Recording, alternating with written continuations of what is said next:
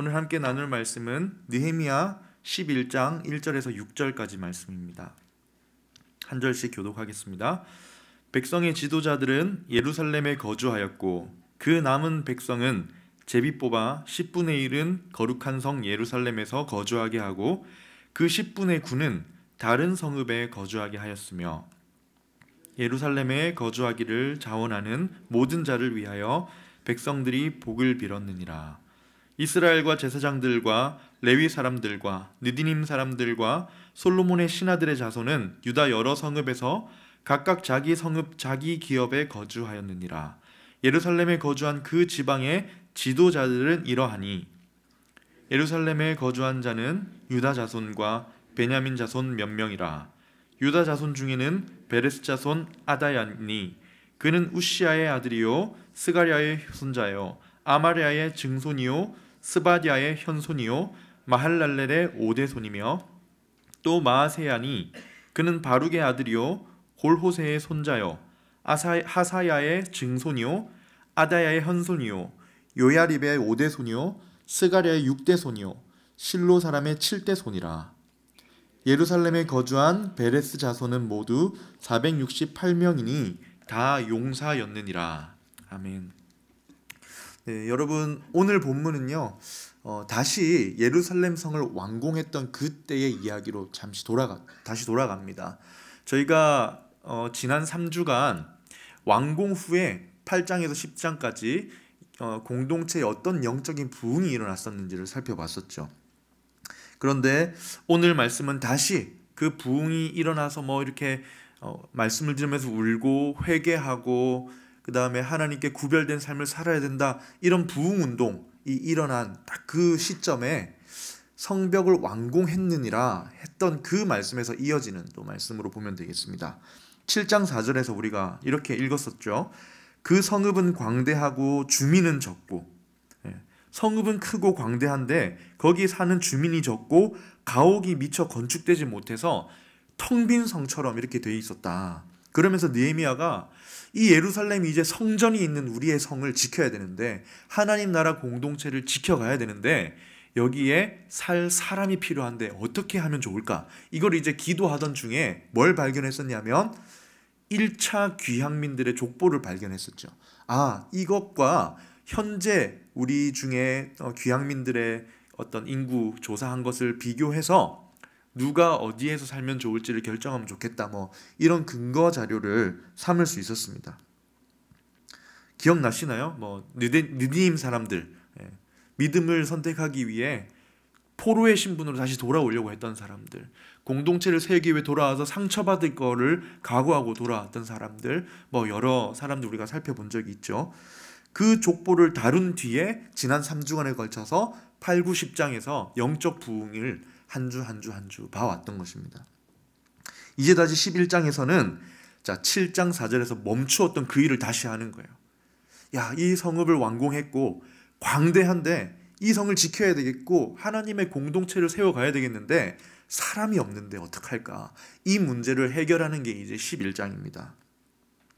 이대로는 예루살렘 공동체를 유지하기 힘들어서 하나님 나라를 다시 세우는 것에 어떻게 누가 와서 살면 좋을까? 이걸 해결하는 장이 11장.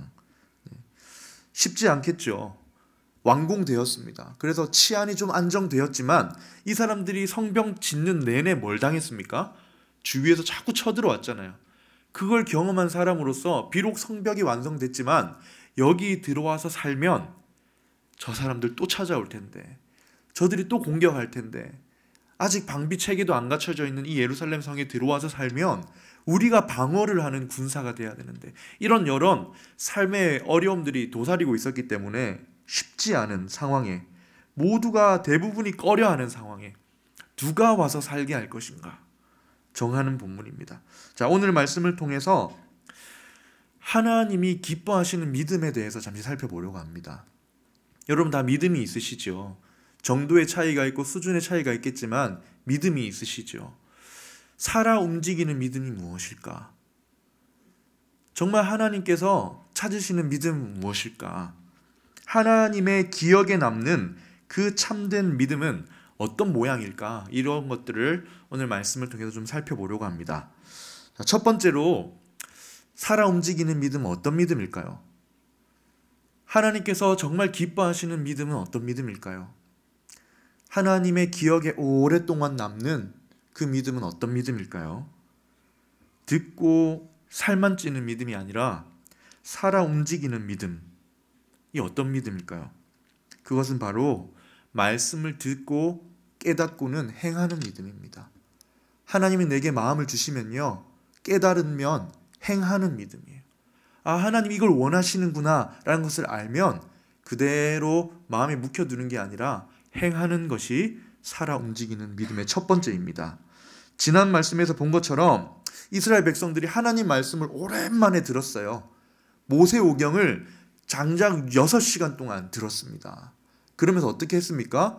듣기만 한 게 아니라 마음의 동의가 되니까 막 울었어요. 말씀을 듣는 내내 막 눈물도 나고 회개도 했습니다. 거룩한 삶을 어떻게 살아야 되는지에 대해서 가르침도 받았습니다. 그리고 지난 본문 10장에서는 하나님의 전을 위해 어떻게 사용해야 되는지에 대해서도 계속 반복적으로 말씀을 들었습니다.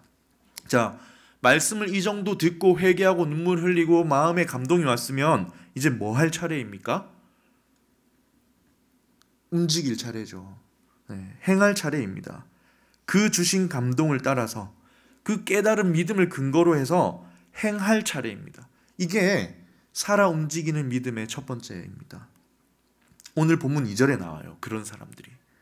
이런 상황에 모두 대부분이 꺼려하는 상황에 예루살렘에 거주하기를 자원하는 사람들이 나타나기 시작합니다. 자, 한번 같이 읽어보겠습니다.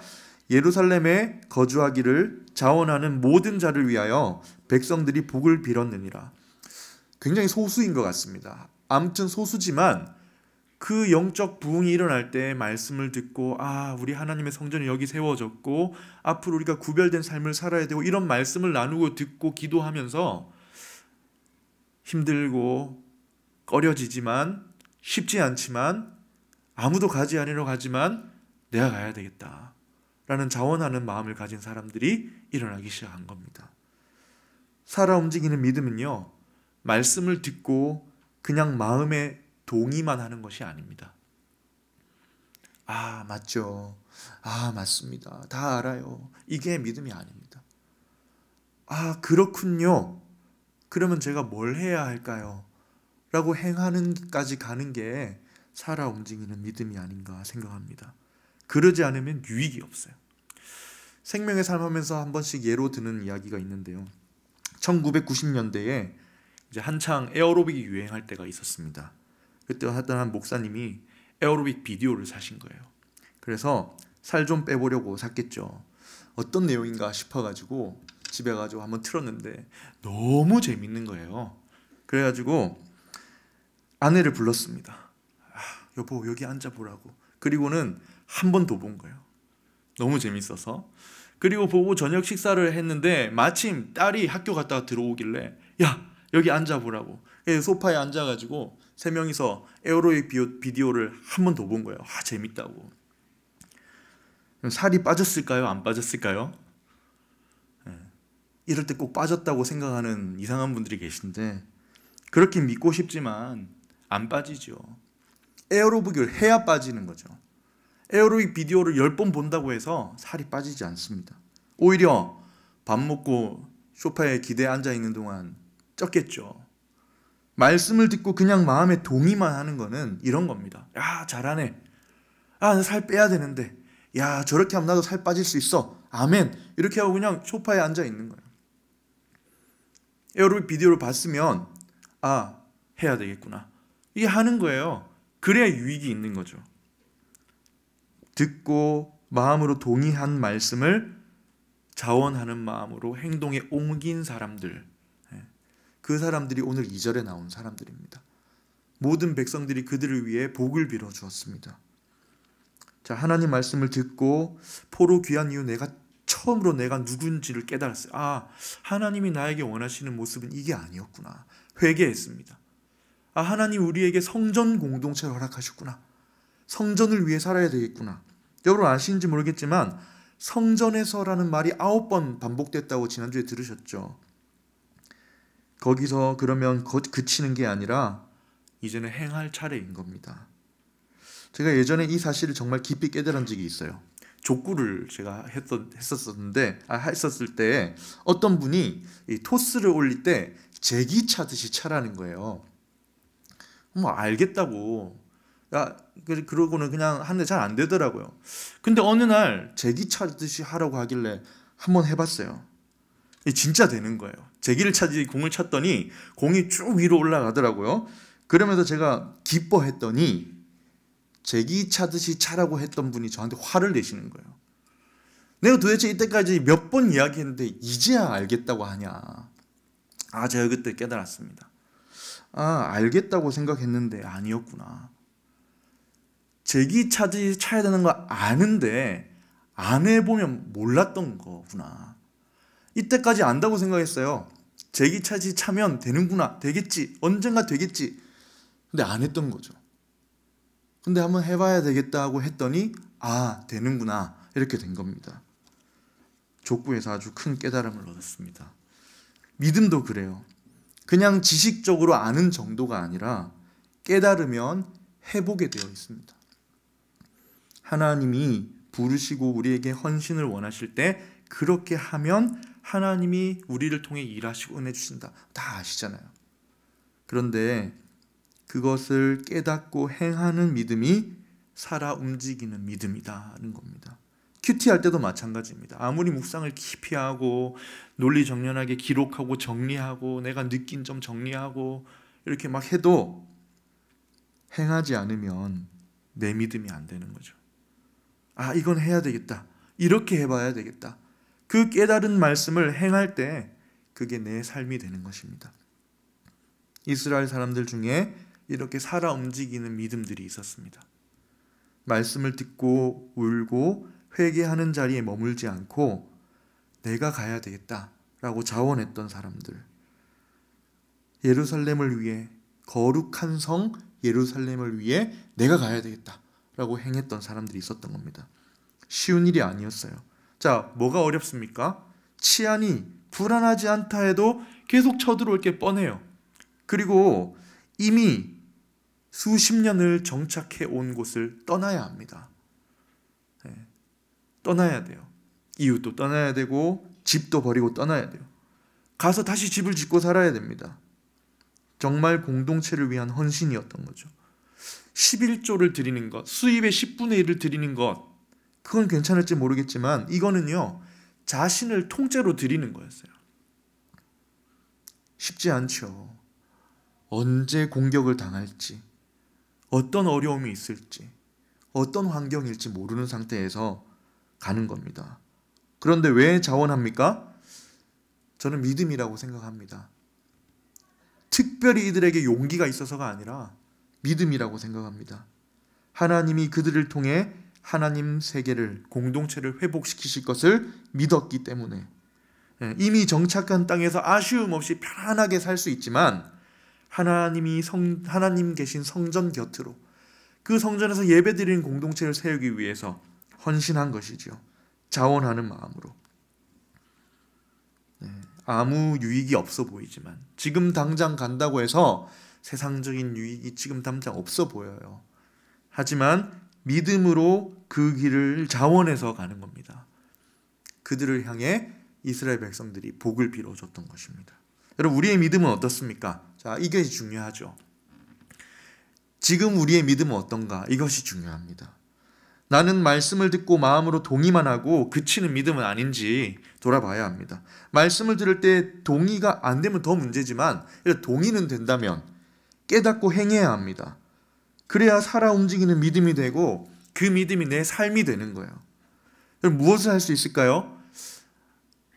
공동체를 위한 섬김 이전에 먼저 내 기본적인 신앙생활부터, 하나님이 내게 말씀을 통해서 또는 감동을 주십니다. 내가 내년에는 조금 더 하나님과 동행하도록 노력해야 되겠구나.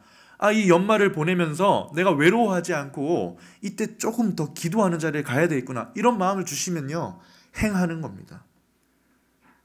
그리고 더 나아가서 하나님의 공동체를 섬기는 일에 마음을 주신다면 자원하는 마음으로 내가 할 일이 없는지 찾는 거예요. 하나님이 그들을 찾으시고 그들을 통해 하나님이 이룰 계획을 가지고 계시기 때문입니다. 여러분, 이렇게 첫 번째로 살아 움직이는 믿음은 어떤 믿음입니까? 말씀을 듣고 깨달은 대로 행하는 믿음입니다. 듣고 깨달은 것을 행하는 믿음. 두 번째입니다. 두 번째로 살아 움직이는 믿음도 말씀을 행하는 믿음입니다. 그런데 첫 번째로는 자원하는 마음으로 행한 믿음이지만 두 번째로 살아 움직이는 믿음은 억지로 행하는 믿음도 포함이 됩니다. 억지로 행하는 헌신, 억지로라도 하나님의 기쁨이 되어보려고 그 길을 가는 사람, 그 믿음도 하나님이 기뻐하십니다. 여러분, 자원하는 수가 아무래도 적었나 봐요. 그 수로는 감당이 안 되는 거죠. 그래서 느헤미야는 제비 뽑기를 하기로 합니다. 자, 제비를 뽑아서 10명 중에 1명이 가는 겁니다. 10명 중에 1명이. 그래서 본문 1절에 이렇게 기록했습니다. 백성의 지도자들은 예루살렘에 거주하였고 그 남은 백성은 자, 어떻게 합니까? 제비를 뽑아서 10분의 1은 거룩한 성 예루살렘에 거주하게 하고 그 10분의 9는 다른 성읍에 거주하기로 했습니다.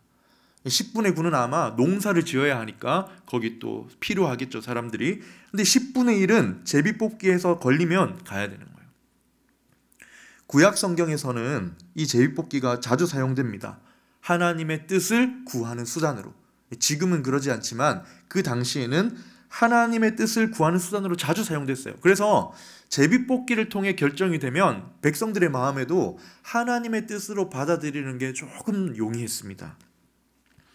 이렇게 해서 10명 중에 한 사람이 거룩한 성 예루살렘에 가서 살도록 결정이 되었습니다. 무슨 말입니까? 하나님 공동체를 회복하고 세우는 일에 누군가는 자원을 했지만 누군가는 조금 억지로 자원하는 마음이 아니라 거기 가서 살도록 약간의 강요와 함께 억지로 가게 되었다는 겁니다. 조금 억지로 순종하고 헌신할 수밖에 없었던 것이지요. 모양은 조금 빠질지 모르겠지만 하나님은 이들의 헌신도 기뻐 받으십니다. 자발적이지 못했죠. 기쁨으로 자원하지는 못했지만 그래도 억지로라도 내가 가겠다고 행하는 그 믿음을 하나님이 기뻐 받으십니다. 화려하진 않아요. 좀 덜 멋있습니다. 빛나지는 않습니다. 그러나 억지스럽지만 묵묵히 행하는 그 믿음도 기뻐하시는 거예요. 성경에 보면 나오죠. 우리가 잘 알지만 억지로 헌신했지만 큰 은혜를 입은 사람이 있죠. 구레네 사람 시몬입니다. 이 사람은 예수님이 십자가 지시고 고문을 당하신 뒤에 십자가 지고 골고다 언덕으로 가는 길에 예수님의 십자가를 대신 억지로 지고 간 사람이에요. 예수님이 고문을 당한 이유니까 이 십자가 빔을 지고 가기가 너무 버거웠던 거예요. 아주 짧은 거리밖에 지고 갈 수 없었던 겁니다. 그때 하필 그 예수님 앞에 서 있었던 거예요, 이 사람이. 구레네 사람이란 말은 북아프리카 지역 출신이란 말입니다. 이 사람이 어디 갔었는지 모르겠지만 시골에서 이제 막 올라와서 예루살렘에 도착했는데 하필 자기 앞에 예수님이 지나가는 거예요. 하필. 이제 시골에서 막 올라와서 집에 왔는데 하필 내 앞에 예수님이 십자가 지고 가고 있었고 하필 로마 군인이 너 일로 와 해가지고 지고 가게 한 겁니다. 당시 이스라엘은 로마 지배 사회였기 때문에 로마 군인에게는 이 권세가 있었어요. 아무 유대인이나 일을 시킬 수 있었습니다. 그 당시에는요. 그냥 툭툭 치면서 야, 나 짐 좀 들어줘 하면 짐 들어줘야 되는 거예요. 그 구레네 사람 시몬이 이렇게 보고 있는데 군인이 와서 이 십자가 네가 지고 가라고 한 거예요. 마가복음 15장 21절에 이렇게 기록되어 있습니다. 마침 알렉산더와 루포의 아버지인 구레네 사람 시몬이 시골로부터 와서 지나가는데 그들이 그를 억지로 가게 하여 예수의 십자가를 지웠다. 억지로 지고 간 거예요. 어디까지 갔냐면 그 십자가를 세워야 되는 골고다 언덕까지 이 사람이 지고 간 거예요. 얼마나 억울하고 얼마나 무겁고 힘들었겠습니까? 이제 시골에서 올라와서 짐도 못 풀었는데 이걸 억지로 지고 가야 되는 거예요. 하지만 그의 억지 헌신에 대해 하나님이 기억을 하셨어요. 그리고 이 사건을 통해 그의 가정이 복을 받습니다. 믿음의 축복을 받았습니다. 잘 아시죠? 로마서 16장 13절에 보면 사도 바울이 사역을 이제 로마서를 마치며 문안 인사를 할 때 주 안에서 택하심을 입은, 굉장히 특별한 표현입니다. 택하심을 입은 루포와 그의 어머니에게 문안하라. 그의 어머니는 곧 내 어머니다. 이 루포의 루포의 아버지가 시몬이거든요. 시몬의 아내, 그를 자기 어머니라고 부르는 거예요. 지금 분명 구레네 시몬은 길 가다 억지로 걸려서 억지로 십자가 지고 그렇게 갔는데, 그가 받은 믿음의 축복을 보니 하나님께서 이렇게 억지 헌신도 기뻐하시고 받으시는구나 라는 생각이 듭니다. 다시 본문으로 들어가서 제비에 뽑혔습니다. 뽑았는데 하필 10명 중에 9명이 안 걸리는데 거기 걸린 거예요. 억지로 예루살렘으로 이사하게 된 사람들, 하나님이 기뻐하셨을까요? 안 기뻐하셨을까요? 기뻐하셨을 거라고 생각합니다. 분명히 기뻐하셨을 겁니다. 물론 아예 마음도 없는데 폼만 잡는다고 해서 된다는 말은 아닙니다. 억지로라도 마음을 쓰는 헌신을 말하는 거예요. 이 믿음의 행위가 우리의 믿음을 지켜주기도 합니다. 말씀을 행하는 그 믿음의 행위가 내게 믿음은 주지 못하지만 내 믿음을 지켜줄 수는 있다고 생각합니다. 때로 우리 마음에 기쁨이 없을 때가 있어요. 말씀 보기도 귀찮을 때가 있고 막 기도할 마음도 안 생기고요. 또 어떤 일을 어려운 일을 당하고 있으면 말씀을 펴고 기도하고 이게 참 번거롭고 그게 자연스럽게 되지 않을 때가 있습니다. 그때 억지로라도 하나님 말씀에 순종하고 헌신하려는 그 모습, 그 믿음, 그것이 우리를 지키는 거예요. 그게 하나님이 기뻐 받으시는 믿음이 된다는 겁니다. 혹시 여러분의 마음에 하나님이 주시는 마음이 있습니까? 내가 올해를 돌아보면서 다음부터는 조금 이렇게 신앙의 경건의 생활을 이렇게 좀 해보면 좋겠다. 내가 지금까지는 참 배품을 받고 돌봄을 받기만 했는데 나도 누군가를 위해 섬겨야 되겠다. 하나님께 조금 더 가까이 나아가야 되겠다. 그런 마음이 있다면 행해야 합니다. 그런데 내키지 않고 자원하는 마음이 아니라 부담만 되고 꺼려하는 마음이 있더라도 혹시 마음이 있다면 행해보시면 좋겠습니다. 그것도 하나님이 기뻐 받으십니다. 항상 기쁘면 좋겠지만 하나님을 섬기고 공동체를 섬기고 큐티하고 개인 신앙생활하고 경건생활하는 거 매일 기쁘면 좋겠지만 그렇지 않을 때가 많잖아요. 처질 때도 있고 힘이 안 날 때도 있고 헌신이든 기도든 그냥 안 하고 싶을 때도 있습니다. 하지만 그럴 때 내가 마음이 있을 때 진정으로 해야지 이렇게 하지 마시고 억지로라도 그 자리에 앉아서 말씀을 묵상하고 기도하는 자리에 앉아보시면 좋겠어요. 하나님이 기뻐 받으십니다. 시작은 억지일지 모르겠지만 가다 보면 은혜가 있을 수 있어요. 구레네 시몬도 그랬을 거예요. 왜 하필 나인가? 처음엔 그랬겠죠. 그런데 가서 보니 예수님이 십자가에 못 박혀 돌아가신 거예요. 억지로 시작하고 두려움으로 시작할지 모르겠지만 어느새 기쁨으로 감당하고 있는 모습을 발견할지 모르겠습니다. 여러분, 하나님께서 기뻐하시는 이 살아 움직이는 믿음은 뭡니까? 첫 번째는 들은 말씀을 깨닫고 자원해서 행하는 믿음. 두 번째는 듣고 깨달은 걸 억지로라도 행하는 믿음이었습니다. 세 번째로 나눌 것은요, 하나님이 이 살아있는 믿음을 가진 이 두 부류의 사람들을 기억하신다는 겁니다. 자원하는 마음으로 했든 억지로 행하는 마음으로 했든 그 결과를 볼 때 이 족보가 이제 그런 사람들이 나오는 거예요. 근데 여기에 누구는 억지로 했고 누구는 자원했고 이렇게 되어 있지 않아요. 억지든 자원이든 하나님의 거룩한 공동체를 세운 일에 헌신했던 사람들이 기록이 되어 있습니다. 그럼 지금 어쩌다 보니 느헤미야 설교를 하면서 제가 족보만 지금 세 번째예요. 족보 전문가가 되겠습니다. 아주. 근데 족보에는 공통점이 있어요. 첫 번째 공통점은 뭐냐면 봐도 내가 이걸 왜 읽고 있는지 모르겠다는 겁니다. 마음이 다쳐요. 아주. 누가 누군지, 이 사람 내가 왜 알아야 되는지, 이름을 봤는데 그 사람 같고 발음하기도 쉽지 않아요. 늘 새로워요, 사람이. 근데 또 다른 공통점은 하나님께서 이 사람들은 기억하는 사람들이라는 겁니다. 제가 족보를 볼 때는 봐도 새롭고 누가 누군지 모르겠고 고리타분한 것 같고 딱딱해 보이지만 하나님은 그렇지 않아요. 하나님은 이 이름들을 보실 때 추억하실 수 있는 거죠. 이들이 자원하든 억지로 하든 하나님 나라를 위해 그 길을 걸어갔던 믿음을 보였던 사람들이라고 하나님이 기억하시는 겁니다. 여러분, 하나님이 기억하세요. 하나님이 기억하십니다. 오늘 나의 헌신과 오늘 내가 신앙으로 이 세상을 살아가려는 노력과 그 발버둥 쳤던 열심을 하나님이 기억하시는 거예요. 왜 기억되었습니까? 뭐 대단한 일을 했습니까? 가가지고 무슨 철옹성을 만들었나요? 아닙니다. 이사한 것뿐이에요. 거기 가서 살겠다고 한 것뿐이에요. 내가 하나님이 원하시는 그 자리 그냥 있겠습니다 라고 간 것뿐입니다. 다 그 나머지는 하나님이 하신 거예요. 앞으로도 하나님이 다 하실 거예요. 동참할 뿐인데 그들을 통해 하나님이 계획을 이루어 가시는 겁니다. 주변의 온 세상이 헛된 신과 우상을 섬기고 있을 때 거룩한 성 예루살렘에서 하나님을 예배하는 성전을 붙들고 함께 세워갈 공동체를 만들어가는 이들을 하나님이 기억하시는 겁니다. 제가 한 3, 4년 정도 전에 이제 저희 아이들을 미국에 있는 한 교회에 여름 성경학교를 보낸 적이 있어요. 여름이 되면 막 여기저기서 막 그 여름 성경학교를 막 하거든요. 그럼 방학이 막 한 2-3달 되니까 할 게 없어요. 그래서 막 애들을 저기 여름 성경학교 보냈다가 저기 여름 성경학교 보냈다가 하는데, 제가 한 교회를 보냈는데 되게 좀 특이한 경험을 했습니다.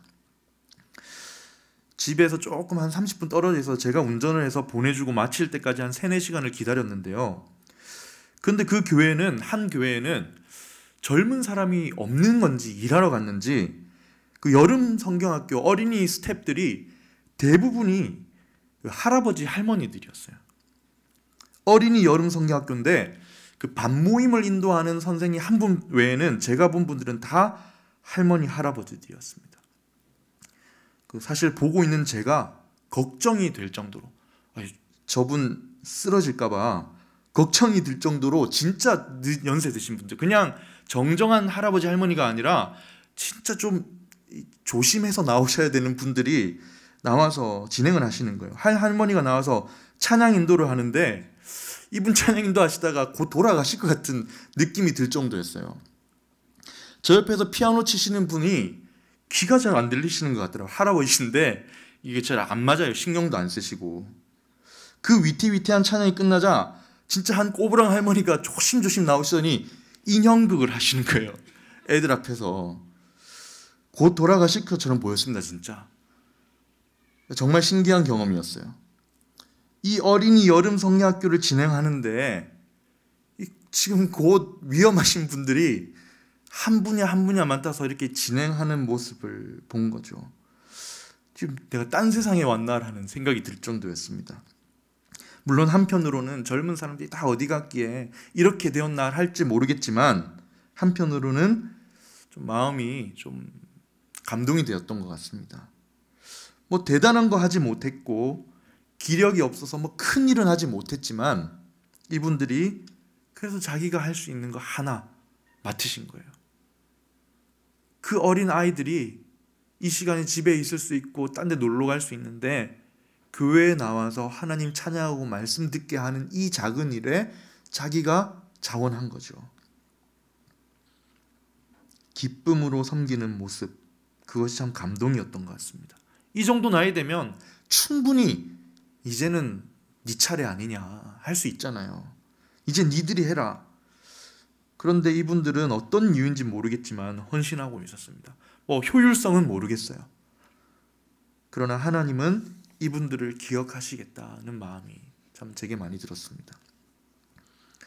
여러분, 하나님이 기억하십니다. 우리가 행한 헌신에 대해서 자원하는 마음이든 억지로 한 마음이든. 제가 이 족보를 보면서 다윗이 자기를 도왔던 세 용사를 추억하는 그 이야기가 생각이 났어요. 사무엘하 23장 13절에서 16절에 보면 이렇게 나와 있습니다. 무명의 세 용사인데요. 그때 다윗은 산성에 있었어요. 산 위에 있는 작은 요새에. 그때 블레셋 사람의 요새가 베들레헴에 진을 쳤습니다. 근데 너무 고뇌했는지 다윗이 혼잣말을 한 것 같아요. 야, 내가 어릴 적에 양치면서 마셨던 그 베들레헴 성문 곁에 우물물을 누가 내게 마시게 할까? 근데 시키지도 않았는데 새 용사가요, 물을 떠온 거예요. 가서 그냥 떠온 게 아니에요. 블레셋 사람들의 진영을 돌파하고 나와가지고 베들레헴 성문 곁 우물물을 길어가지고 온 거예요. 다윗이 이들을 보고는 진짜 깜짝 놀란 거죠. 그리고는 마시기를 기뻐하지 않고 그 물을 하나님께 부어드리는 일이 나옵니다. 다윗이 이 사람들을 기억했겠습니까? 안 했겠습니까? 했겠죠. 자기가 그냥 혼잣말 한 것뿐인데 자신을 위해서 헌신했던 3명의 이름도 없는 용사들을 다윗은 굉장히 추억했을 겁니다. 물론 동기와 다르지만 여러분, 하나님이 기억하신다는 게 이런 의미인 것 같아요. 야, 그 친구가 나를 위해 그렇게 했었지. 아, 내가 이 공동체를 세워가는 과정에 이 친구가 거기 있었지. 아, 참 힘들고 팍팍한 세상을 사는 중에 믿음으로 살려고 발버둥치는 그 친구 때문에 내가 참 마음이 따뜻했지. 하나님도 어쩜 이렇게 기억하지는 않으실까라는 생각이 들었습니다. 여러분, 개인의 삶에서 하는 경건생활, 또 여러분을 부르신 공동체를 위해서 더욱 공동체를 견실하게 세워가는 일에 자원하는 마음이든 억지로 하는 마음이든 헌신할 때 하나님이 기억하실 것이라고 생각합니다. 말씀을 듣고 행하기를 시작해보지 않으시겠습니까? 살아 움직이는 믿음. 아, 그렇지. 그런 거 나도 알지가 아니라 나도 한번 해봐야지. 이렇게 하는 믿음.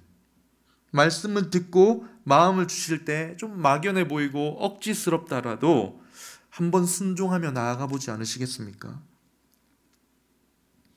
자, 개인의 삶에서 내년 한 해를 계획하시든 올 연말을 한 달을 어떻게 보낼지를 계획하시든 하나님이 내 마음에 부담을 주시고 말씀을 통해 조금 더 가까이 오기 원하신다 마음을 주신다면 좀 개인적인 삶에서 조금 더 행해보는 것, 또 우리에게 주신 공동체를 위해 헌신하고 섬길 부분을 찾아보는 것, 하나님 앞에 이렇게 기억되는 저와 여러분들이 되시기를 주님의 이름으로 축원합니다.